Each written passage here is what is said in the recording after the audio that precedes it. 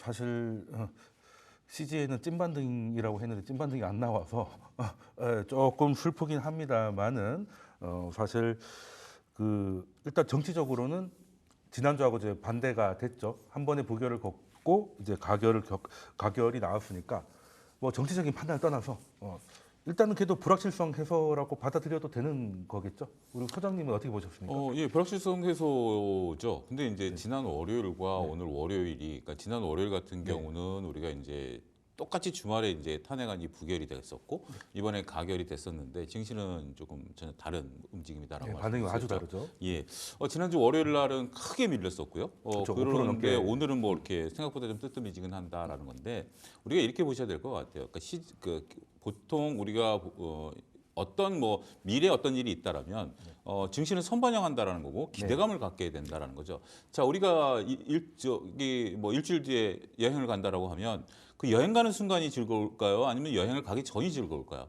여행 가기 개인적으로 공항 갈 때가 제일 좋습니다. 그러니까 여행 가기 직전이 그러니까 이제 준비하고 이것저것 알아보고 물건을 뭐 구매하고 이 시간이 더 즐거운 거 아니겠습니까? 네. 우리 증시는 지난 화요일부터 그런 모습들을 보였습니다. 일단 월요일에 그 하락을 딛고 일어서서 화요일부터 계속 강한 상승을 좀 보였었죠. 물론 뭐 탄핵이 넘어갈 것이냐 아니냐라는 부분들에 대한 불확실성은 여전히 있었습니다. 끝까지 정말 뚜껑 열릴 때까지 그랬고 이번에도 뭐 이렇게 박근혜 대통령 때보다 더 적은 숫자로 이게 탄핵이 가결된 거 아니겠습니까? 근데 정치적인 걸 떠나서 일단 지금 우리나라 그 지난주 초에 나왔던 여론조사를 보면 공식적인 여론조사죠. 무려 78%가 탄핵에 찬성을 했다라는 거죠. 그 다음에 이제 여당이 잡느냐 야당이 잡느냐는 이제 나중 문제고 현재 상황을 끌고 갈 수 없다라는 것들이죠. 그렇다면 서로 이번 주에 탄핵이 부결됐었을 수도 있어요. 지금 이제 간당간당했으니까. 네, 그랬을 수도 그렇다 있죠. 하더라도 지금 현재 야당에서는 계속한다고 했고 언젠가는 그것을 할 수밖에 없었을 것이다라는 공감대가 형성이 됐었다라고 말씀드릴 수가 있겠습니다. 그래서 시장은 선반영됐던 거고요. 저는 오히려 우리 오늘 시장이 굉장히 강했다라고 표현드리고 싶어요. 선반영된 부분임에도 불구하고 오늘 그렇게 많이 밀리지 않았다. 그러니까 오늘 같은 경우는 이렇게 우리가 여행을 간다라는 기대감을 가지고 비행기를 타서 도착해서 흥분감이 있지만 그 흥분감은 한계 효용 체감의 법칙 때문에 날이 갈수록 줄어드는 거거든요. 그럼에도 불구하고 오늘 이제 시장이 올랐다. 또 한 가지 놓고 본다라면 우리가 계엄 사태 이전보다 지수가 높아요.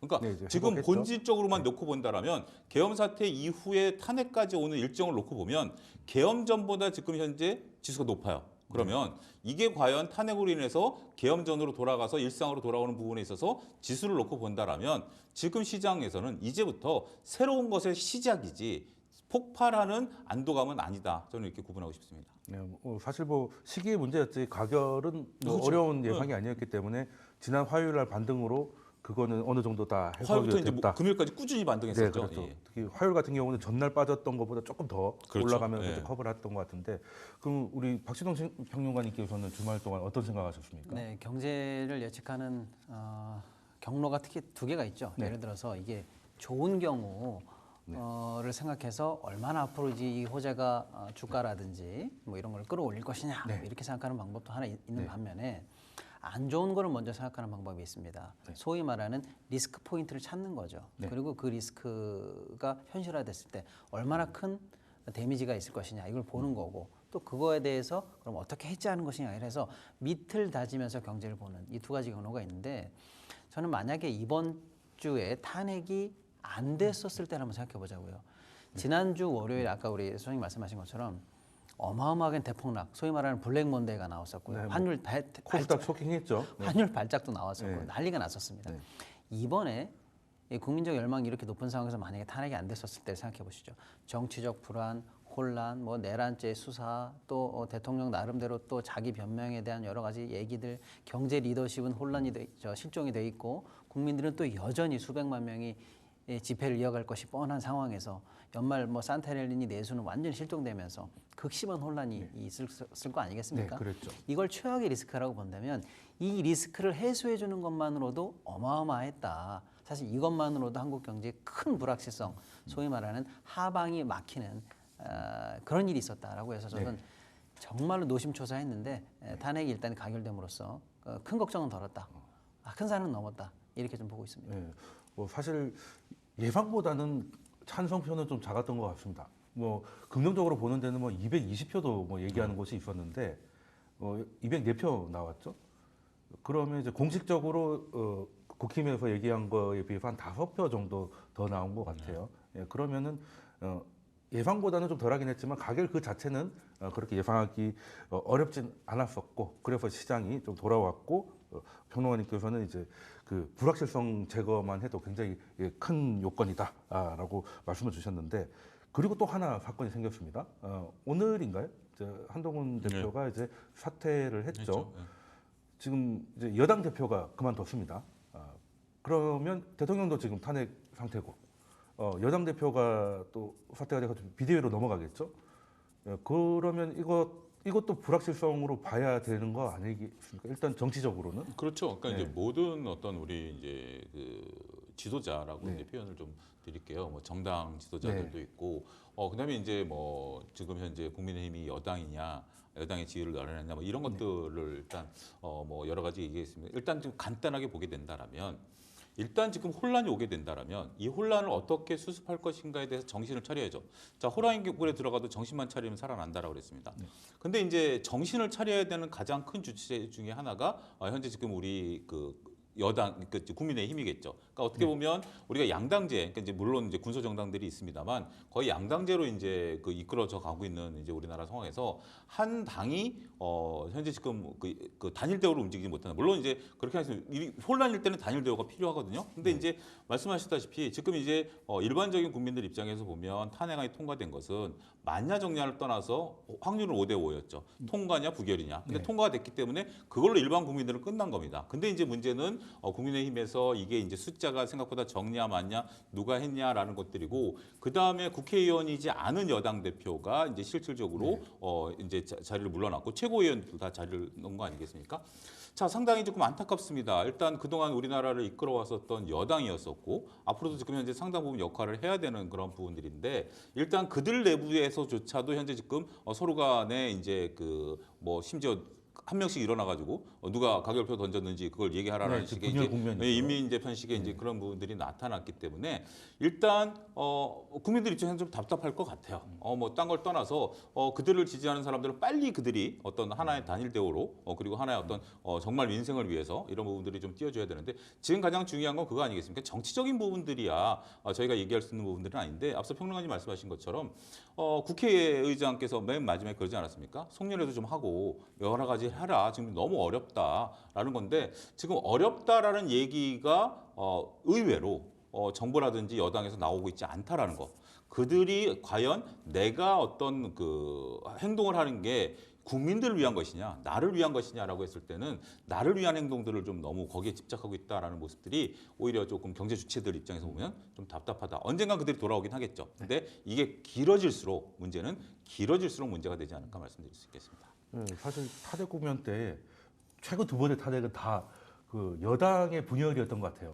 예, 박근혜 대통령 때도 마찬가지였고, 그때도 사실은 보수표에서 이탈표가 많이 나서 가결이 됐지 않습니까? 이번도 그렇게 해석해도 되는 그런 상황인 것 같은데, 그래서 당연하게 여당이 이제 앞으로 좀 혼란 국면을 겪을 것 같은데, 이 국민의힘의 그 혼란이 앞으로 정치나 경제 쪽으로는 오히려 지금 대통령이 없는 상황에서 리더십이 약화되는 원인일 수도 있을 것 같은데, 이게 주는 영향이 평론가님께서는 어떻게 생각을 하십니까? 일단은 이번 그 계엄 이후에 지금까지 있었던 일련의 사태 안에서 국민의힘에 대해서는 참 할 말이 많습니다. 일단은 조금 센 얘기일 수 있습니다만 최악이었다라고 저는 생각을 해요. 뭐냐면 지지자들도 그렇게 얘기하더라고요. 지금 뭐 이번 표결 앞두고 그 속내가 드러나지 않았습니까? 여당의 소위 말하는 최고위원이라는 사람이 반대하는 이유가 뭐야? 탄핵에 반대하는 이유가 뭐야? 했더니 이러다가 우리만 권력 놓쳐라고 해서 결국에는 권력밖에는 아무 생각이 없는, 말 그대로 정치 몰입의적인 모습만 보였죠. 국민과 경제와 국가는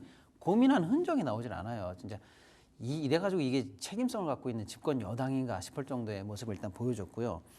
그다음에 당론으로 부결을 선언했다는 것도 이게 표결 직전에 저도 참 실망을 했는데, 그럼 뭐 내란에 동의한다는 겁니까?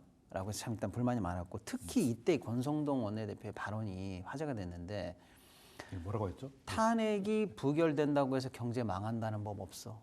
이런 게 얘기하면서 마치 부결돼도 괜찮다라는 식의 경제적으로도 별거 아니라는 식의 얘기를 근거 없는 얘기를 하면서 혼란에 대해서 진짜 무책임한 모습을 보여줬거든요. 아무튼 이런 상황을 보여줬는데 오늘은 또 뭐냐? 이제 당 대표까지 사퇴하면서 여당의 리더십 자체가 현재 이제 붕괴되는 상황이에요. 최고위원까지 다 사퇴했거든요. 근데 문제는 뭐냐면요. 지금 비상시국이거든요. 국가적으로요. 근데 공무원들은 사실 우리나라 공무원들은 사실 훌륭합니다. 솔직히 말하면 유능한 분들, 엘리트 분들이 공무원에 많이 들어가 있기도 하고요. 오늘날 한국 사회를 이렇게 선진하면 안 되는데 또 한 축을 분명히 담당했었고요. 그렇죠. 그런데 문제는 공무원 사회라는 것은 어떻게 보면요. 테크니션들입니다. 근데 이쪽으로 가라 저쪽으로 가라라고 결정해 주는 것은 결국 선출된 권력이 결정해 주는 거예요. 네, 그게 근데 지금 정치인의 역할이죠. 그렇습니다. 그런데 지금 대통령이 없어요. 총리도 어쩌면 대행입니다. 네, 그런 권한 측면에서 대행이죠. 네. 이 집권 여당으로서 정부 운영의 이 정권 운영의 한 축을 맡고 있는 쪽 역시 리더십이 붕괴했다라는 것은 이 테크니션 이 조직적으로 톱니처럼 움직이는 공무원 조직은 그럼 누구의 말을 듣고 어디로 가야 되는지 현재 공백 상태인 상황이에요. 이게 정치적으로 보면은 의사 결정의 방향도 헷갈리게 만들고요. 의사 결정의 뭐랄까 효율성도 떨어뜨리고요. 시간도 늘리게 되면서 사실은 전혀 좋은 모습이 아니다라고 해서 어쩌면 집권 여당 스스로도 이 문제 국가적 위기를 해소하는데 리스크가 감소하는 방향에 하나 더 얹어주는 모습을 보여줬다라고 해서 참 걱정이 된다 이렇게 말씀드리고 싶네요. 네, 저도 이 권한 대행이 그 대행할 수 있는 권한이 어디까지인가 좀 궁금해서 한번 그 찾아봤거든요. 권한 대응은 다 할 수 있습니다. 심지어 네. 뭐 거부권 뭐 이런 네. 것들 다 할 수 있는 부분인데 근데 이렇게 생각하시면 될 것 같아요. 네. 지금 이제 우리가 박근혜 대통령 시절 때는 네. 박근혜 대통령이 어떤 뭐 통치회계에서 문제가 있어서 나머지 정부 조직들이 그대로 있었던 상황에서 권한 대행이 받아서 그 평론가님 말씀하신 것처럼 우리가 이제 그 늘공이라고 그러죠. 늘 공무원들이 그게 나름대로 그 움직임들이 그냥 뭐 혼란은 별로 그렇게 없었던 것 같아요. 근데 지금 3개월 그 네, 정도의 그 큰 정도였었습니다만 문제는 없었던 것 같습니다. 현재 지금 이제 대통령이 문제였지 나머지 이제 대부분들은 아닌데 지금은 대통령, 여당 대표, 그다음에 국무위원들까지 지금 이제 문제가 되다 보니까 자, 저는 이렇게 예를 들고 싶어요. 여러분들 직장 생활 해보셨겠습니다만 사장이 일단 물러나서 전무가 권한 대행을 하고 있어요. 근데 임원진들 대부분이 사장과 같이 뭐 배임이라든지 횡령이라든지 이런 것들이 연루돼 가지고 수사를 받고 있어요. 그럼 밑에 부장 이하에 있는 현직 직원들 여러분들 회사 다닐 때 여러분들이 부장 이하였었으면 일하셨습니까?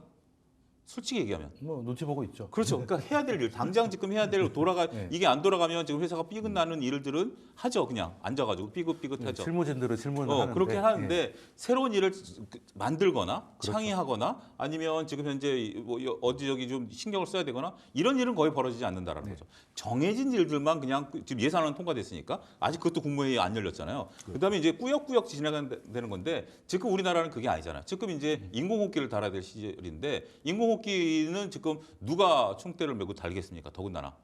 정권이 또 바뀔 수도 있는 부분들이기 때문에 그래서 이런 부분들에 있어서 보통 이제 모 장관이 옛날에 그랬어요. 평론가님 말씀하신 걸 그분이 그런 식으로 표현하셨어요. 늘공들 입장에서는 어곡이 나타나서 내가 책임을 질 테니 나를 따르라고 해야 움직이는 조직이지. 네. 지금 내가 지금 뭐 나를 따르라고 하지 않는 이상 공무원분들이 움직인다라는 것 현실적인 부분들을 보죠. 저도 그분들이 되게 우리나라 굉장히 중추적인 분들인데 그분들을 움직이게 할 수 있는 현재 지금 힘의 공백이 생겼다. 그렇게 이해하셔야 되지 않을까 싶습니다. 그러니까 하나만 예를 들면 이런 거예요.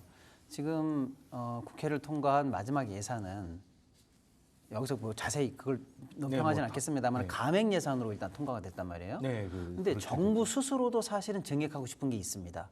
그렇겠죠. 여당도 증액하고 싶은 네, 게 있어요. 그렇겠죠. 야당은 더 많아요. 근데 지금 증액 협의가 불발돼서 감액으로만 통과됐거든요. 근데 지금 우리 내수 상황 보자고요.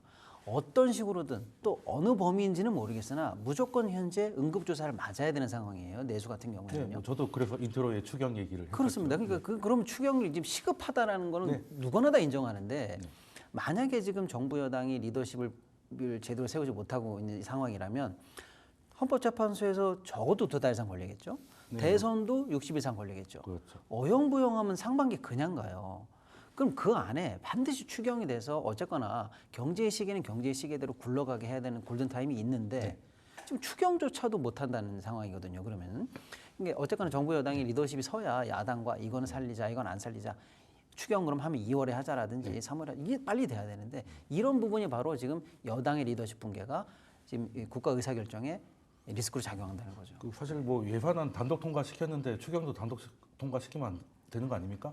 이제 편성권은 정부에게만 있기 때문에 일단 정부가 안을 세워서 넘겨줘야 됩니다. 네. 그래서 다시 야당이 부족하면 증액을 요구할 때 또 정부가 동의를 해줘야 돼요. 근데 예전에는 정부가 정부 스스로 동의할 때 여당과 한번 국정협의를 그래, 협의를 다 하고 하고 여기서 그랬죠. 동의 네. 오케이 이렇게 갔는데 네. 합의할 대상이 없고 그럼 정부가 그러면 정부 마음대로 예를 들면 한 총리가 야 2월에 무조건 그럼 야당 입장에서 추경 제안이 왔으니 우리가 2월에 안을 내겠다. 이 정도로 과감한 결정을 과연 할 수 있을까요?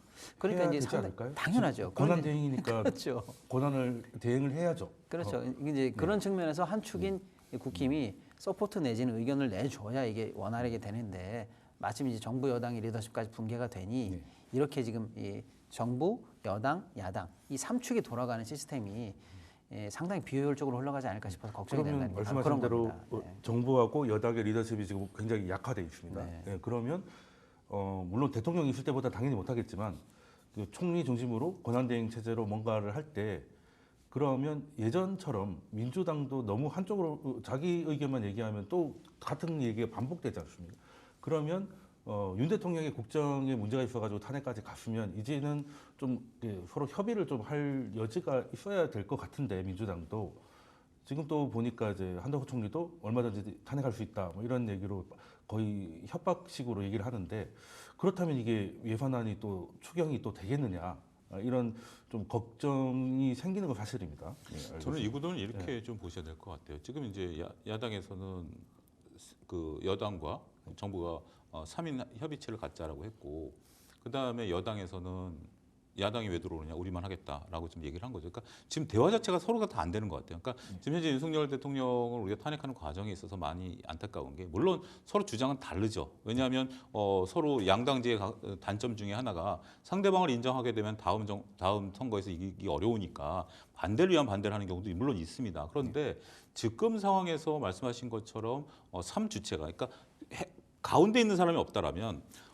정치인들이 모여서 물론 이제 권한은 물론 이제 표는 야당이 있지만 그걸 하기 위해서는 총리와 여당이 있어야 되는 부분들이 있는데 지금 현재 여당도 아니 없고 정부도 아니 없고 그런 상태에서 야당과 대화조차 안 한다라고 먼저 선을 그어버리면 이 부분에 대해서는 저는 그냥 국민 한 사람 답답하다. 야당이 옳으냐 여당이 옳으냐가 아니라 서로 정말 그 얘기할 때는 밖에 고성이 들릴 정도로 그렇게 해서 뭔가를 하나 나와야 되는데 일단 테이블조차 안 하겠다라고 서로 간에 그러고 있다라는 거 보면 저는 조금 안타깝다라고 말씀드리겠습니다. 앞으로는 얘기를 할 수 있지 않을까요? 예를 들어서 총리도 할 생각이 있어도 대통령 가결이 아직 된 게 아닌데 먼저 나와가지고 내가 민주당하고 얘기를 하겠다라고 하게 지금 일단 가장 중요한 것은 정부도 그러니까 지금 이제 정부 같은 경우는 이제 부총리 같은 경우는 어느 정도 얘기를 하고 있는 부분들이기 때문에 그러니까 총리께서 먼저 결단을 내리셔야 될 것 같아요. 그러니까 어쨌든 권한 넘어왔으니까 자기가 이제 좀 권한 대응으로 넘어왔기 때문에 총리로서 자기가 어떤 역할을 할 것인지를 먼저 정하고 그 다음에 이제 오히려 총리가 여당을 설득을 하고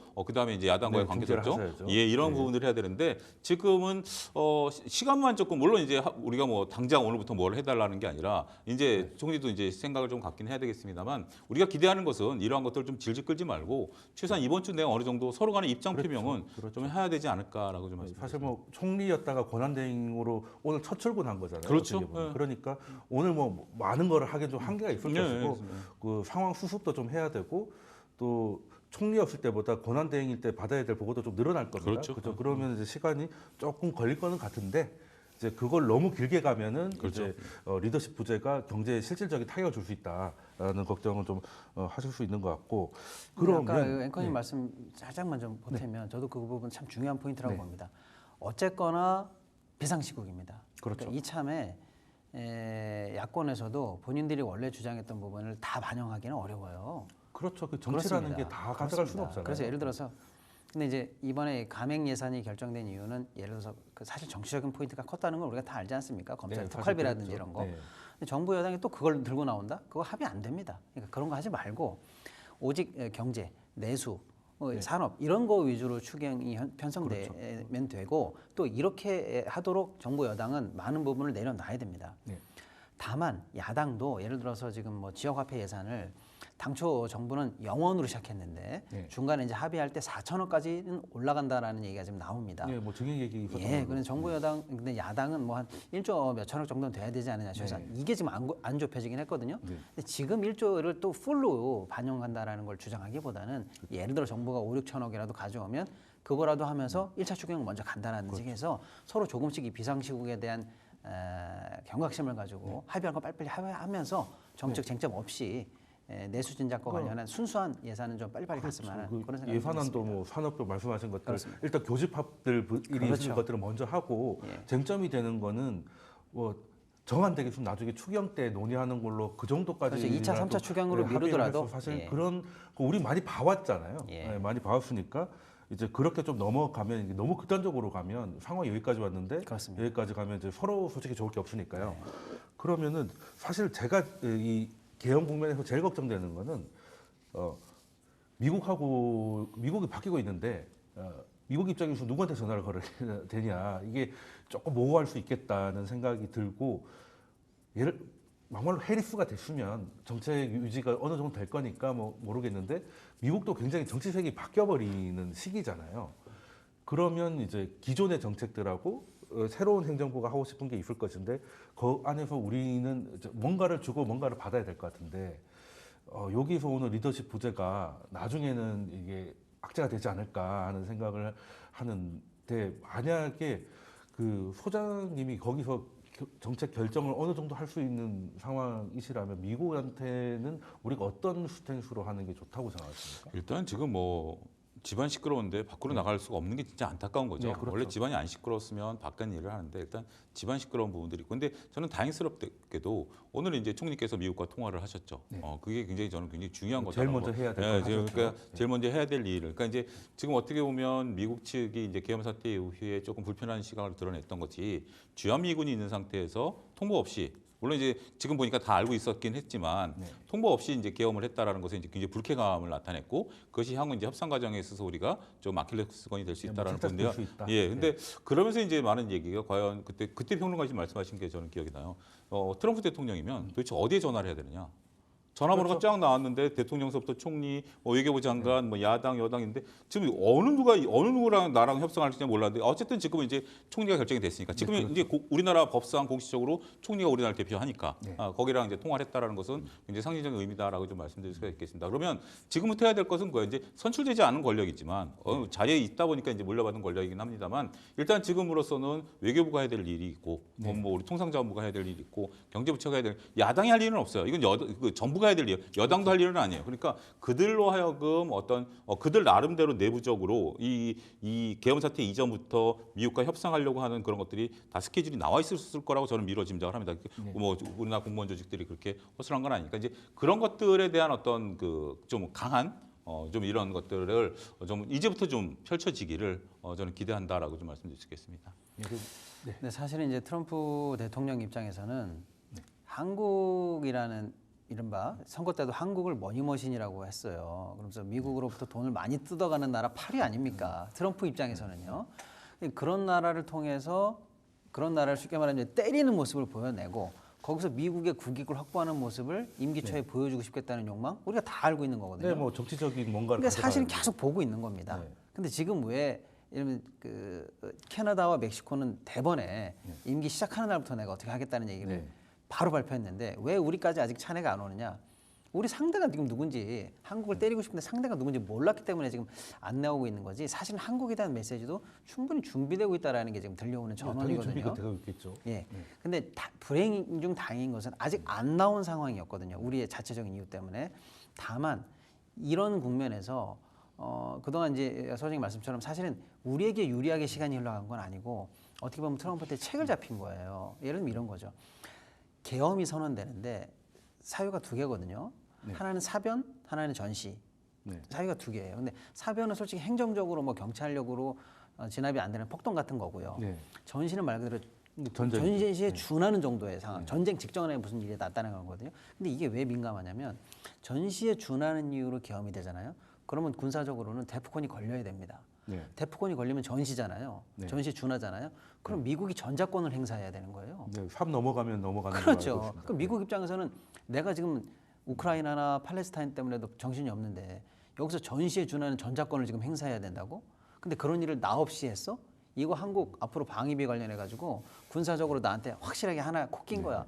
이렇게 될 가능성이 많거든요. 그러니까 지금 안 그래도 트럼프는 우리를 상대로 혁혁한 공로를 세워야 된다. 국민들에게 보여줘야 된다라고 강하게 지금 뭔가를 노리고 있는 상황에서 오히려 협상에 우리가 들어갈 때 책 잡힐 일들만 지금 이 국면에서 쌓아 나왔거든요. 그런 측면에서는 발표되지 않은 측면, 그러니까 한국에 대한 대책이 발표되지 않았다는 것은 그나마 다행이지만 오히려 상황은 물밑에서는 더 안 좋게 흘러갔기 때문에 지금 일단 정부, 여당 전부 다 리더십이 좀 붕괴됐다는 이유로 우리가 지금 이렇게 우리 탓을 하면서 시간을 허비할 때는 아니다.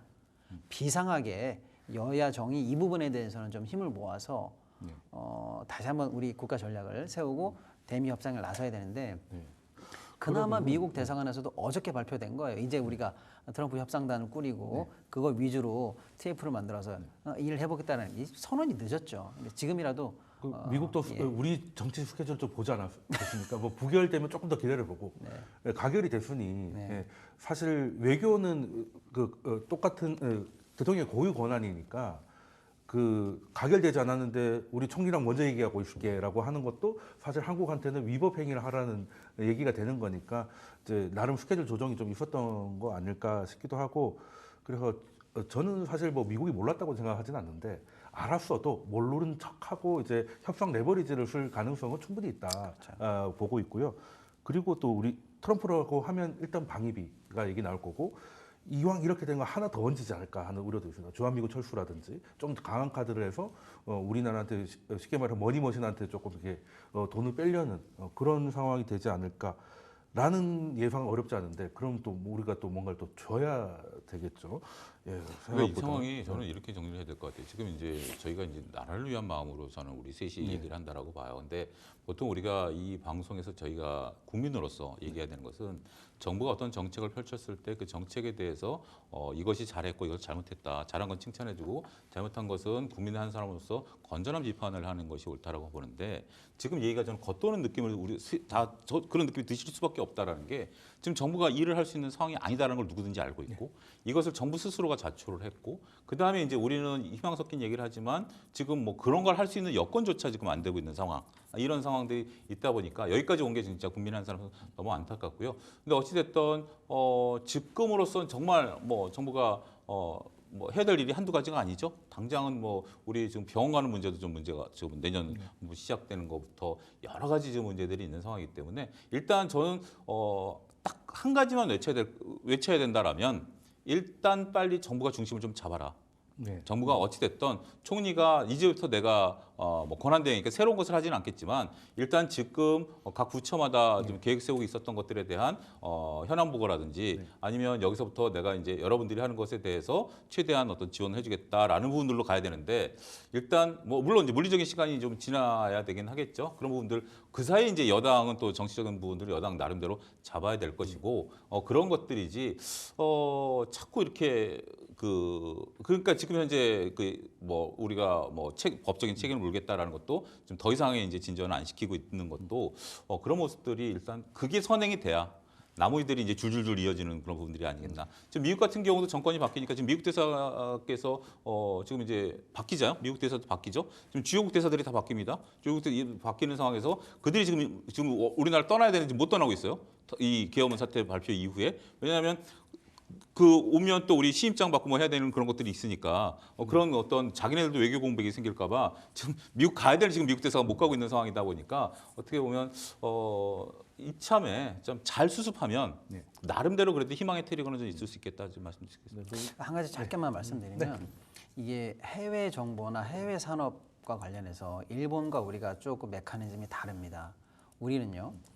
일단 정부가 주도적이었어요. 그동안은요. 그래서 산자부, 외교부들이 중앙에서 나서주고요. 현지 대사관이 이제 총대를 메고 그다음에 이제 정보 관련해서 국정원이라든지 또 민간 관련해서 코트라가 이렇게 해서 주요 제도 정보를 쫙 해주고 그거를 현지 기업들에게 전수해주면서 우리 기업들이 활동하기 편하도록 해주는 이런 시스템이었거든요. 길을 터주는 역할을 그렇습니다. 근데 일본은 반대예요. 일본은 상사가 정보력이 더 빠릅니다. 소위 말하는 민간 위주예요. 그리고 정부가 약간 그걸 관리하는 느낌으로 후방으로 가는 이런 느낌이었거든요. 근데 지금 어떤 상황이 벌어졌냐면 우리 정부가 지금 맥을 못 추다 보니까 지금 정작 발등에 불이 떨어진 우리나라 주요 기업들이 스스로 로비스트를 가지고 고용을 하면서 워싱턴 정과에 직접 줄을 대기 시작했어요. 알아서 해야 되는 상황이 됐죠. 그러니까 이게 지금 그동안 우리나라의 강점으로 여겨졌던 해외 수출이라든지 이 현지 기업 문화 이런 것들에 대한 장점이 없어지면서 현재 우리 기업들이 스스로 결국 자력 구제에 나서면서 자력 갱생에 나서면서 정부로부터 서포트를 못 받는 상황까지 현재 와 있다. 이게 심각하다. 이렇게 좀 말씀드립니다. 특히 또 산업적인 뭐 방산 같은 경우는 더 정부의 역할이 크니까 그런 부담이 있을 수 있을 것 같습니다.